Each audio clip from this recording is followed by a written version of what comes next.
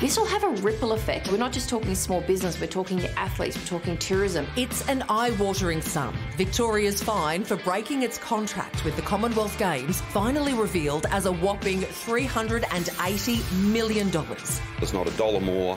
Except Victorian business says that's not true, claiming it will take up to 5 years for employers to recoup their losses. When there's a big event like Commonwealth Games, it costs a small business or medium-sized business from $10,000 to $500,000 just to tender to be considered for the opportunity. The long-term consequences impacting not just those in Victoria, but businesses nationwide. There are employees and even their subcontractors in other states that are impacted. It's actually $2.6 billion of tenders overall, and now that's just vanished. The payout follows weeks of secret talks and doesn't detail any money that may already have been spent, such as preparation costs, wages, planning and preliminary site works. What's the amount that's been spent on the game? Well, total investment some of that is still being bottomed out, if you like. It comes as a newly released costing document reveals how the event, which was to be held across 4 regional cities for a cost of $2.6 billion,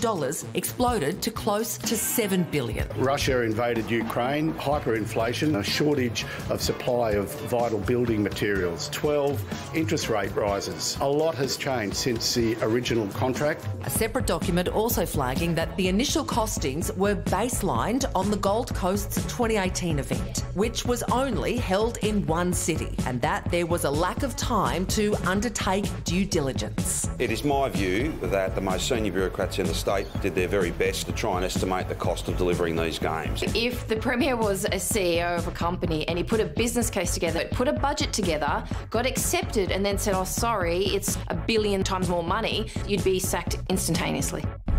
Oh, they've buggered this up, haven't they? Yeah, the damn presser, I love. He was like, well, if this costs $2 to $3 billion, we wouldn't even be having this conversation. We'd be having the games. I mean, I could take $4 to $5 billion out of schools and hospitals if you want me to, but I'm not going to. But my favourite question from the presser was, why were you not sceptical when the Melbourne Games cost $2.9 billion and 20 years later this estimate was less than that? That's an excellent point.